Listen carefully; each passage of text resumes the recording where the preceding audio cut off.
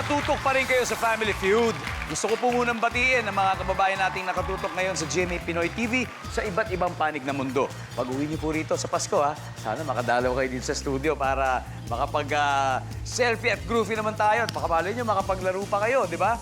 Ito na po, before the break, tinanong natin yung dilaw na kapag naabutan sa ulan, ang mga delivery rider, saan sila nagpapatila? Ang sagot nila, sa waiting shed. Di ba? Dilaw has been waiting for this moment kung tama sila dahil maaagaw nila ang naipong points ng Lola Amor. So alamin na natin kung ano sabi ng survey sa waiting shed.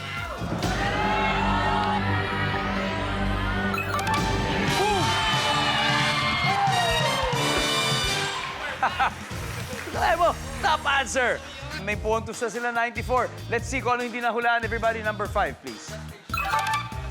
Yes, sinagot din. Answer din. Number 2. Sa ilalim ng overpass, iba rin sa ilalim ng tulay. Anyway, sa round 3, panalo ang Dilaw. Kaya they now have 94 points.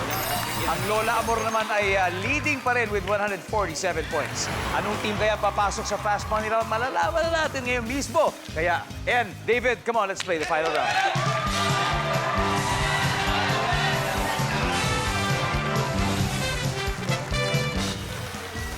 Triple na o times 3 ang value ng bawat tamang sagot. Top 4 answers are on the board. Habang ikaw ay naglalakad, bigla may sumutsut sa'yo. Psst! Anong gagawin mo? En. Run as fast Tatakbo! as you can. Tatakbo, sabi ni En. David? Sasambalin ko. Sasampalin mo. Sasampalin. Wapa! Okay. Sabi ni David, sasampalin daw niya yung sumitsit sa kanya. Survey says, wala. Ayan, pass or play. We're gonna play. All We're right, gonna play play. for sure. David, balik tayo. Let's go. Final round. Naglalakad ka. May sumutsut sa'yo. Anong gagawin mo nila? Siyempre, lilingon ako. Siyempre, di ba? Survey says, Leon. Leon. Pag may sumutsut sa'yo sa daan, anong gagawin mo? Mental block. Mental block. Wala. V, eto, naglalakad ka sa daan, tapos bigla may sumutsut sa'yo. Ano gagawin mo? Magpapakyut. Paano ba magpakit sa sumusutsut? Kagatlabi pala, kagatlabi. Magpapakit daw. Survey says... Hoy, delikado to, Lola Amor, ha? Pwede kayo mag-steal. Standby, isip na kayo. And, kailangan mong kunin to. Lalakad ka, bigla may sumutsut sa'yo. Ano gagawin mo? Okay. Instead of running, walk faster. Walk faster. Survey says... Uy! Meron! One more to go! Isa na lang hinahanap natin. Okay? Eto, naglalakad ka. Tapos bigla may sumutsut sa'yo. Ano gagawin mo? Hindi ko papansinin, dead ma lang. Dead ma lang!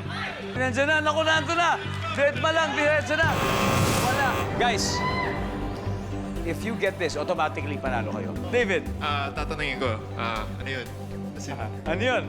Yes, di ba? Yes, Ano yun? Ano yun? ganun. Zoe, Sisigawan ko. sisigawan mo. Raymond, ano kaya? tatanungin na lang din, wala na akong Tatanungin mo na, Pio. Naglalakad ka. Di ba? Tapos bigla may sumutsut sa'yo. Ano gagawin mo? Yun, sasagutin na tatanungin ko bakit. Ayan, yan. Yun. For the win. Nandito kaya yung tatanungin, sasagutin. Bakit? Survey. Pakita mo, ha.